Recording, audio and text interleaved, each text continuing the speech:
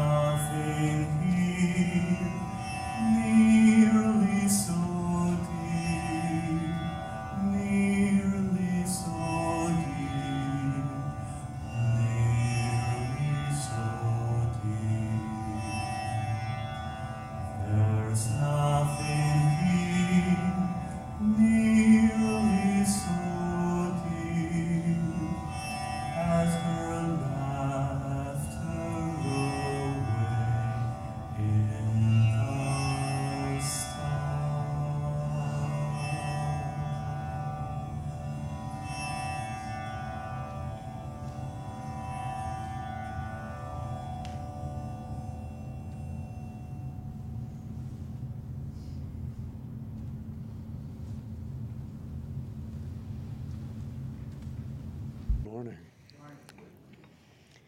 Our reading is taken from Rays of the One Light, the weekly commentaries in the Bible and Bhagavad Gita by Swami Kriyananda.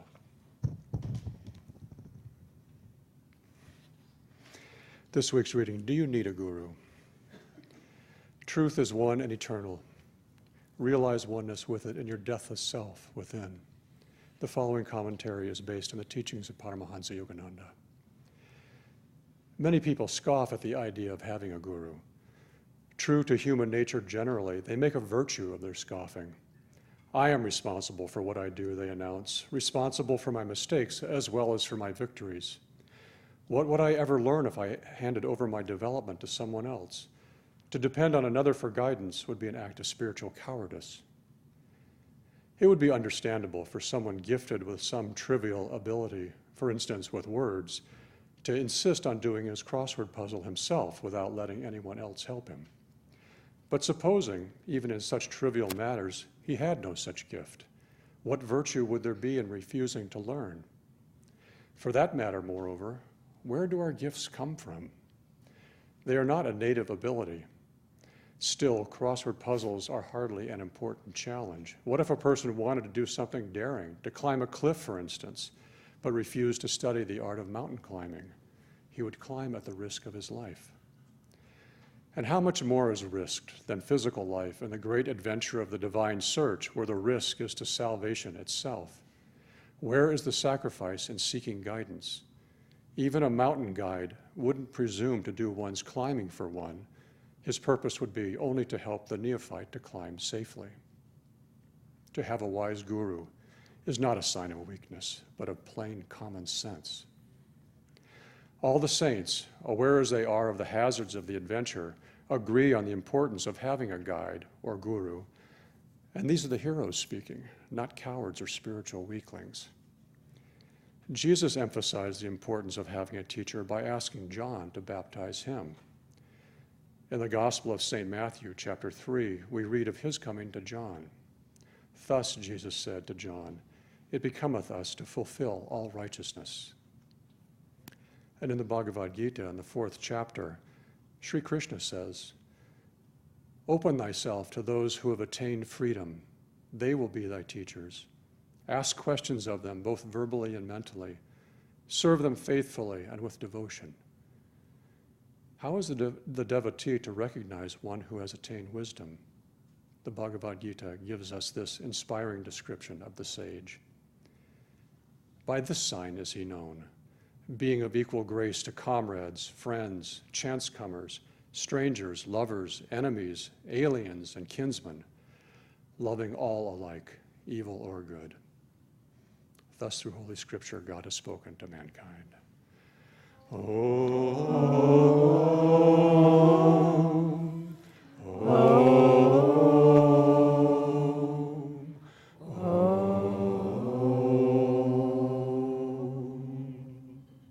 Good morning, everyone. Thank you for joining us. And Michael, thank you for a very well-read passage. We've been here in Portland all weekend. I suppose I should introduce us. I'm Nayaswami Devi. This is Nayaswami Jyotish, and we're the spiritual directors of Ananda Worldwide. We've been here enjoying the company of our friends in Portland all weekend, and it's been a wonderful weekend, really. We thank you very sincerely, and we're glad that there are new faces here today for Sunday service. So, as has been mentioned, our topic today is, do we need a guru? And we'll start by reading a passage, a prayer poem from our guru, Paramahansa Yogananda, from his book of prayer demands, as he calls them, Whispers from Eternity.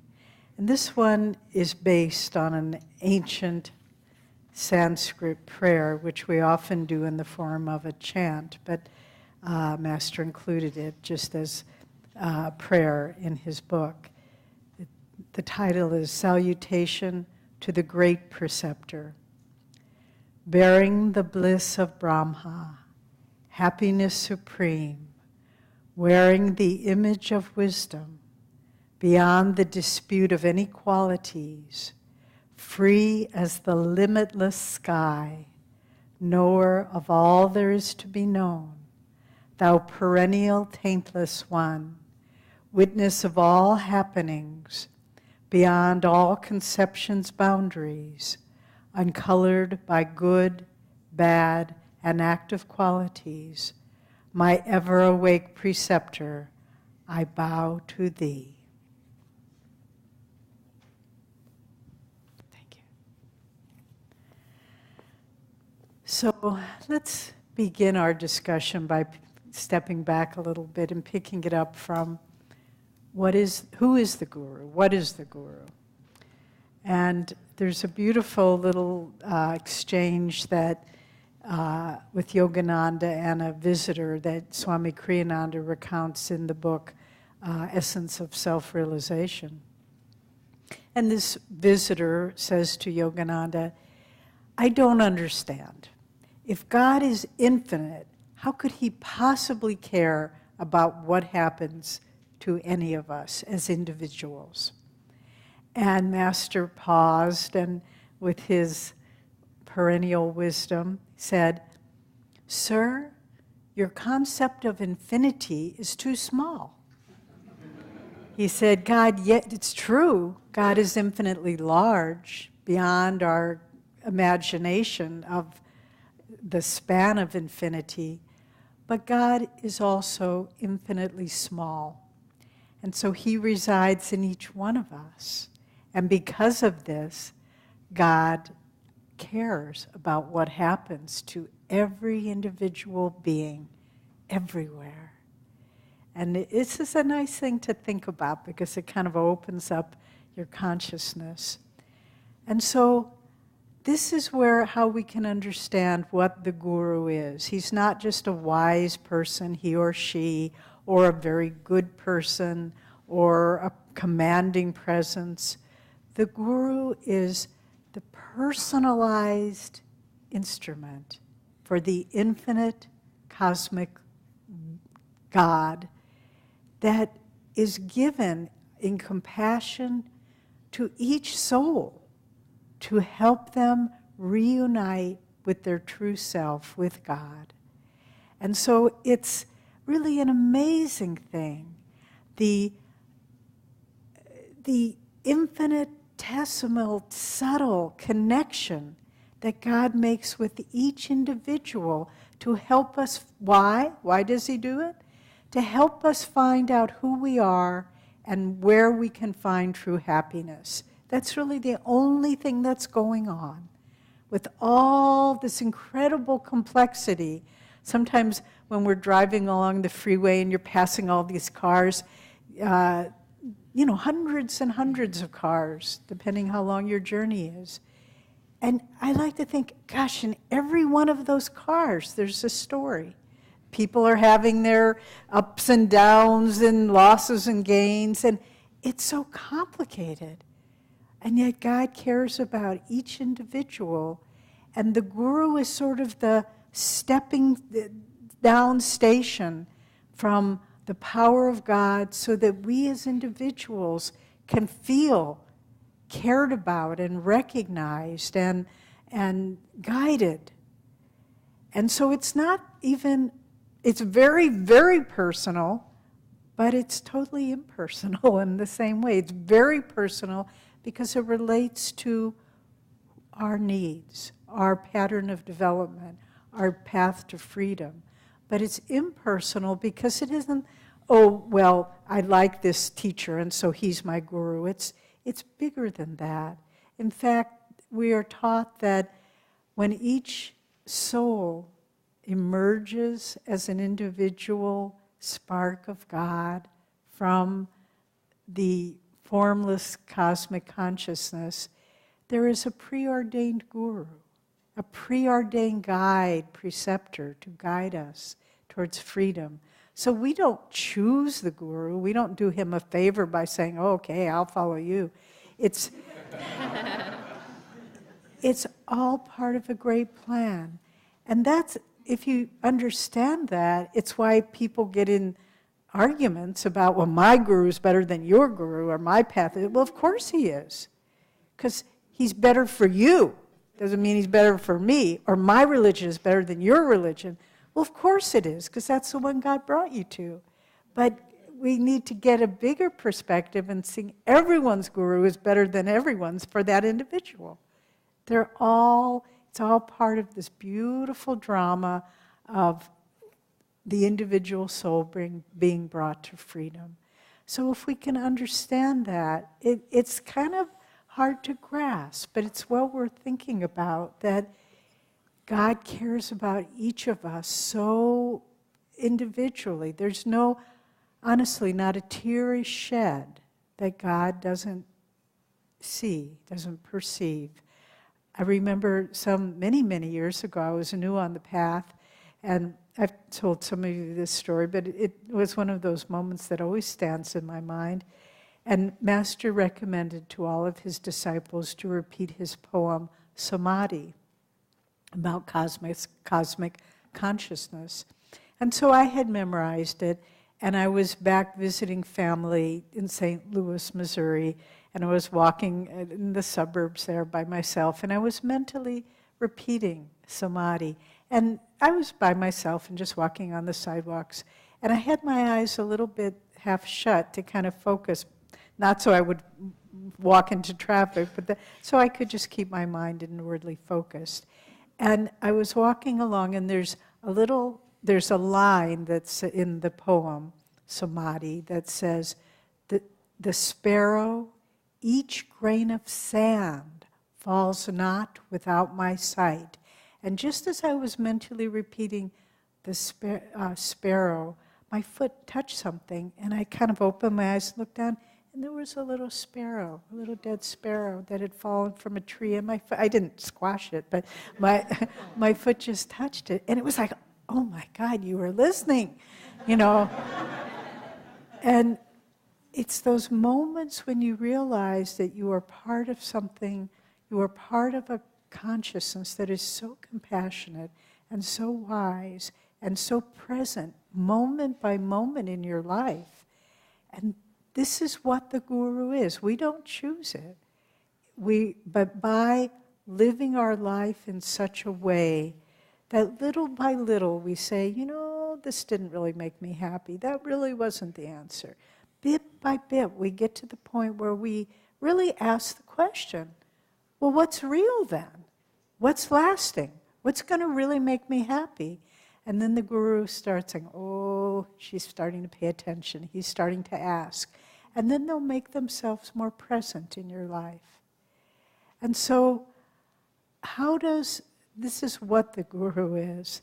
And he comes, or she, it's really beyond that, he comes to us when the call becomes strong, when we have reached the point in our evolution where we are ready for the training.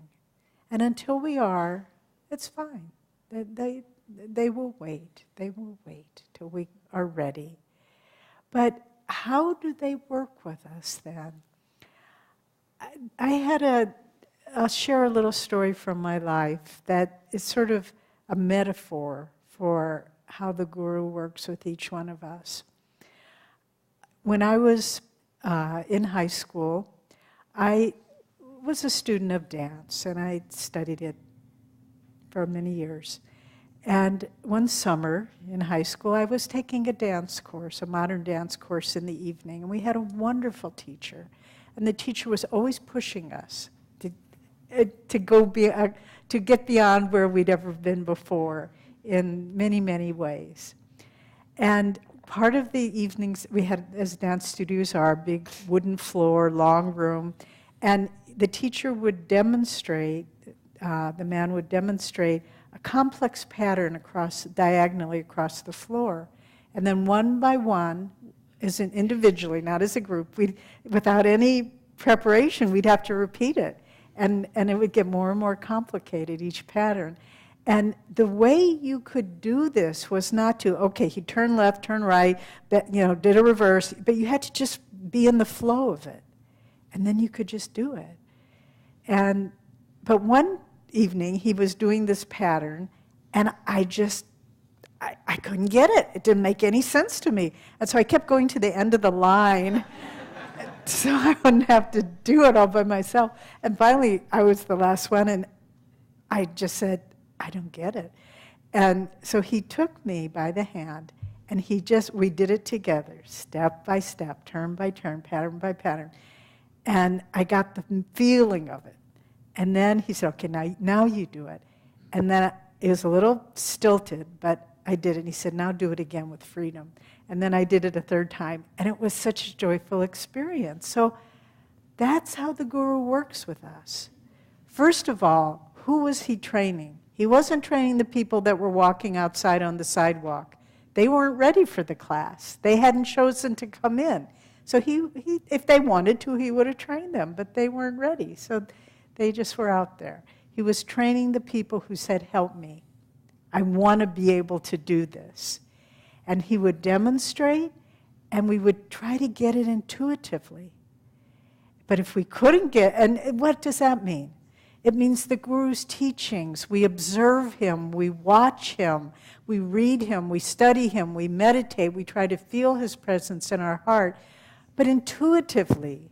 So it isn't something external, but we internalize what he is, and then we try to emulate it. But every once in a while we get to a point, our karma is such that we don't get it. We don't get how to have that divine consciousness in us, and we just say, Lord, I'm really blowing it right now, and maybe I'll kind of hide in the shadows so nobody can see me. But then finally the spotlight's on us. It's all metaphorical. Essentially what I'm saying is our karma comes and we know we're not acting in the right way, but we don't get how to do it in the right way. And then the Guru comes and says, come on, I'll walk you through it. I'll walk you through it. Internally. It's not anything external. And he doesn't judge you. He doesn't say, oh, you're so stupid, you blew it. Because he knows you've come for the training. And so he wants you to get it. He really does. And so then he kind of walks you through it, and then you kind of try it on your own.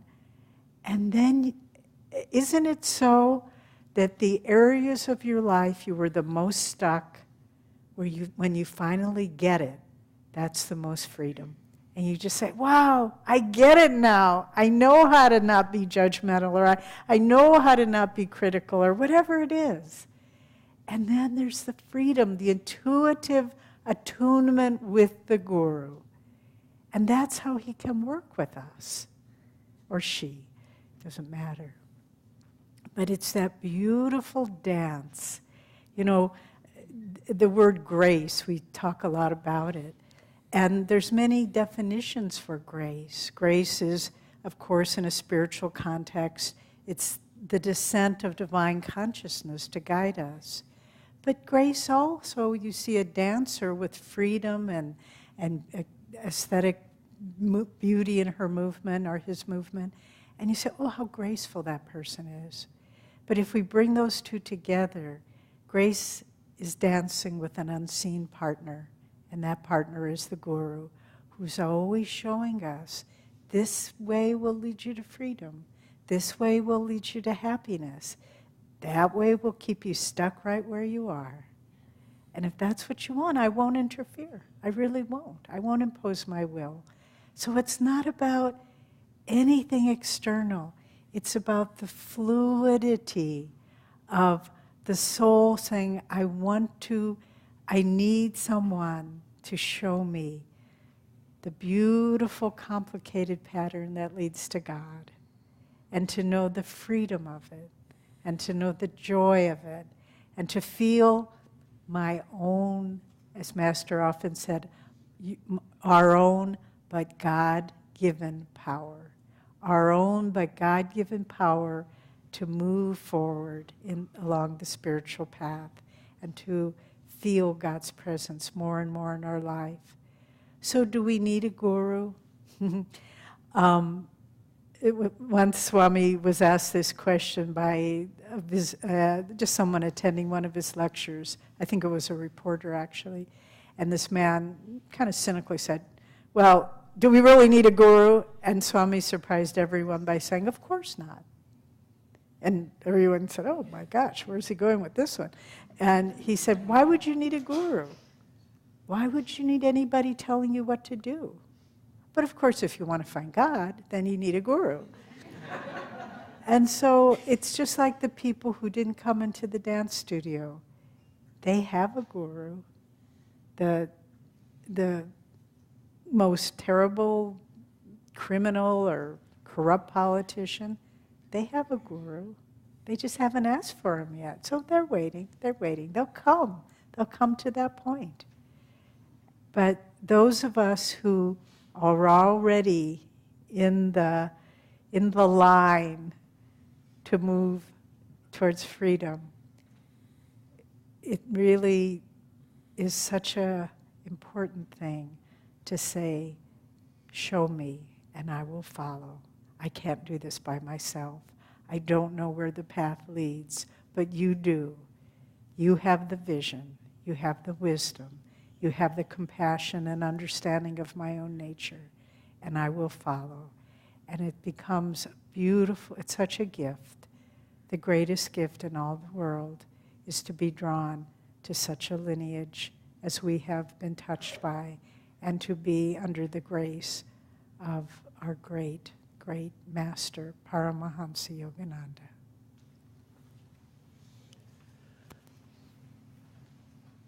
I'll share a few words too. So there was a time that Swami recounts that a woman came to Yogananda and basically said, why would I need a guru? Why would I want a guru? Why would I want somebody telling me what to do? I'm an adult, and I need to make my own decisions. I need to use my own free will. Now, when I read that, personally, I thought, what magnificent, courageous foolishness. I can imagine asking that of a disciple, but sitting in front of Master, this great and powerful and very loving consciousness, to sit there and ask a question like that, you have to have a certain kind of genius for idiocy. So, nonetheless, accepting that, Master answered in such an interesting way. He said, imagine that you have been in a very large forest and you're trying to get out. And you have been wandering on your own, and you take this path and it runs into brambles. And you take that path and it leads you where it seems to be going out of the forest, and then it curves around and leaves you back to the same place that you are. And eventually you try over and over and over to get out of the forest. And finally, someone comes along who knows the forest, knows the paths, and you say, can you help me get out of the forest? Now, the guru is the one that knows the paths. And he said to this woman who had used the thing, well, I'm an adult, he said, in many ways, adults are more childish than children.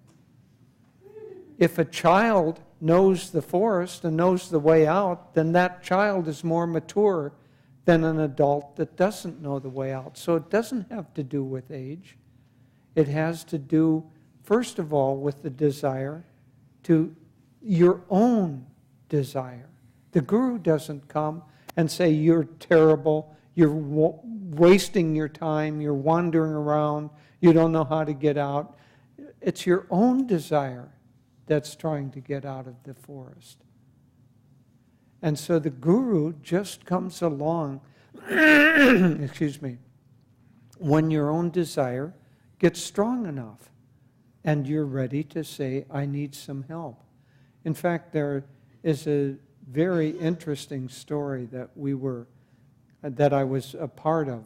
Swami Kriyananda was giving a lecture, and there is the teaching, as we heard, that you don't need to find the guru, that when you're ready, the guru will come to you. Swami Kriyananda was giving a lecture, probably in a room this size, and this many people. And at the back wall, we have our masters on the wall, but in this particular room, there were many different spiritual masters, the photos of spiritual masters on the back wall. And Swami Kriyananda, during the talk, said, when you need a guru and you're ready, the guru will come to you. And there was a young man who had been in his mind wondering about who his guru was.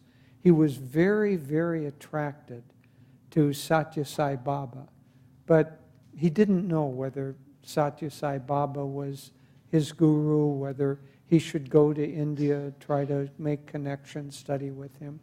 As Swami said the line, when you are ready, the guru will come to you. The picture on the wall fell off and landed in this young man's lap. And the picture was Satya Sai Baba. And so we will get signs when we're ready. We met another man, but see, Devi was saying that the guru is predestined, and some of it has to do with past associations. But we were told this by a man who used to be a monk at Mount Washington. He said that he was not particularly interested in spirituality or spiritual teachings. He was living in Santa Barbara, California. He was going to college. He was a waiter in a restaurant. And he was walking by with his tray to serve another table. He was walking by a table, and someone at that table said the name Paramahansa Yogananda. He didn't know what that meant. He didn't know who it was. He stopped in his tracks, and that was it. I mean, he became, within a week or two, he had read Autobiography of a Yogi. He had left his waiter's job and ended up as a monk at SRF. So, see, the soul, there's already connections. We're all connected. Everything in the world is connected. There are already connections between our soul, which isn't the body, isn't the personality. Swami said that the ego can be defined as a bundle of self-definitions.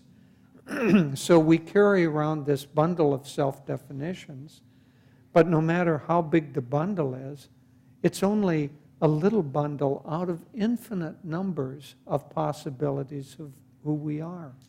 And we're all connected together. But when we're ready to begin dropping those bundles of self-definitions to attain freedom, it isn't that we drop it in order to become more and more constricted and miserable and awful. And it's our own freedom that we're after. When we're ready, then the Guru comes along and helps us. And how does he help us? Well, or she, first of all, when we first begin to seek, usually we're attracted to reading a little bit. We're like hungry people, but the first thing that we do is we go into a cafeteria because we don't know what foods we really like.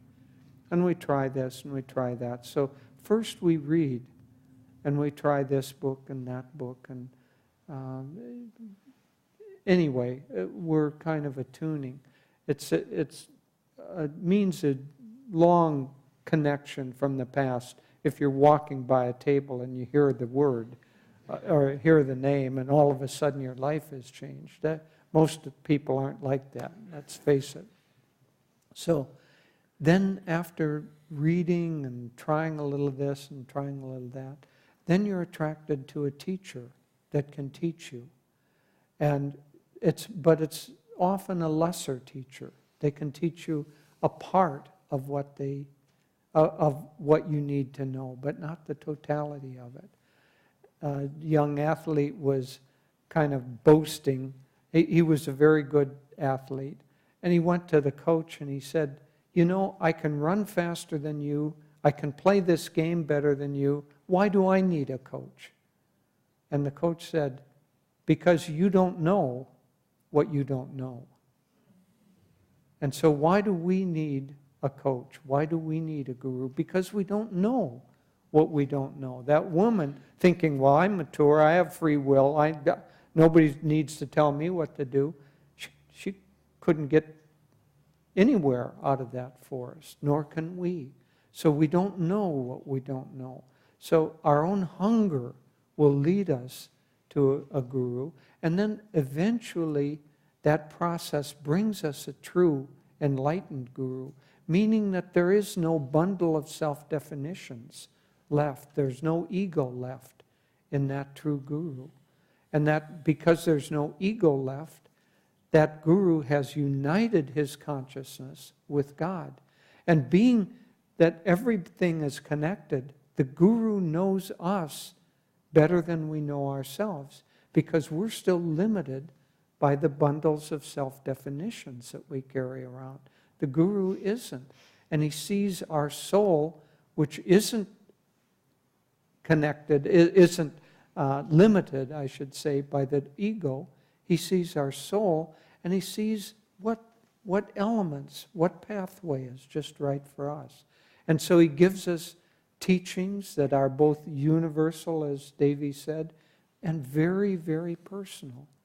but much more than just teachings, because teachings can be dry. The Guru gives us confidence. He gives us support.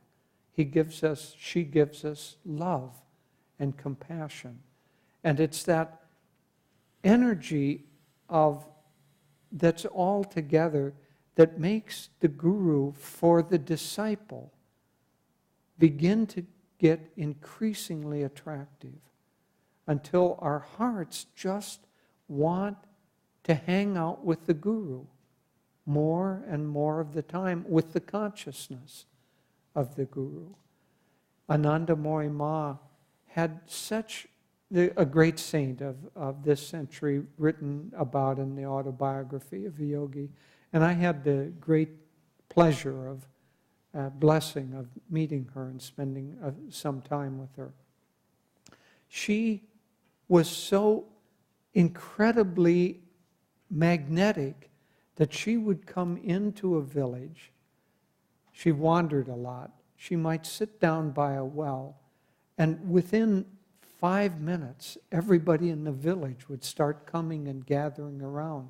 And when it was time for her to leave in a half hour or an hour, people were weeping because she was going to leave their village. So the Guru, God, has great attractiveness for the devotee. And as we allow that attraction to play more and more on our hearts, we turn our minds and our hearts more and more in that direction. And it's not that we give up free will. We cannot give up free will. At the time we are manifested from God, we are given free will. We can't give up our free will, but we can align it, our own free will, by our own free will's choice. We can align it with that guide which will lead us out of the unhappiness, out of the delusion that we find ourselves in. It's we who make that choice. And the Guru just provides the answer and the attraction until gradually more and more of our heart's desire goes only toward desiring freedom. We might call that thinking of God, being in the presence of God, but what it is a desire, a yearning for freedom. And again, referring to Anandamoyi Ma, she said, gradually that desire becomes more intense and more purified. If we keep our thoughts coming back to God, that's our part of the journey. That attractiveness is there, but we have to do the walking. We have to do the climbing. We have to, and that part of us is to keep bringing our thoughts and desires back toward wanting to align our will with God's will, the Guru's will, God in the form of the Guru. As that desire grows, it's like in Italy, a sunflower is called a girasole, a sun turner, because in a field of sunflowers, if you watch them, they follow the sun. They turn and follow the sun throughout the day. Well, imagine the whole field of thousands and thousands, but they have the choice of whether to follow the sun or not. But those who begin to follow the sun, they begin to feel the warmth. They begin to feel the power of the sun ripening their seeds, filling them with life force. And then the yearning to follow the sun grows stronger and stronger until eventually that is all that we want. We want to follow the given form of God that has come to free us, because our yearning for freedom grows stronger and stronger. And when that yearning grows very intense, then the Guru can work the final magic which will free us from the delusion of separation. ultimately, the guru is our own self. The guru is our own consciousness. But we don't yet see that. And if we say, well, then, if he's my own self, then I don't need a guru. Well, okay, wander until you feel that you do. But eventually, I'll end with this. Swami tells a story about a man who spent years and years, and he was worshiping his guru. One of the ways that you do that in India is you offer flowers to the guru. You offer petals. And at some point, this man realized that the guru wasn't outside of himself. The guru was inside of himself, and began taking those petals and throwing them on his own hand. Do that too early, and it doesn't work. But when the true realization comes that God is within, the guru is within, and that everything that you have been seeking, you already have, that's what the guru has come to lead us to. And so, as Devi quoted, she stole my joke, or not the joke, but see, that's the danger of teaching together, is usually I go first and I get all the good material. But she told this story about this reporter coming to Swami and saying, do we need a guru? So at the point at which we recognize that we do, we're already very well on the path of realizing that guru is not outside of ourselves, but inside of ourselves. But we just have a little polishing to get there. Is written by Swami Kriyananda, entitled Dark Eyes.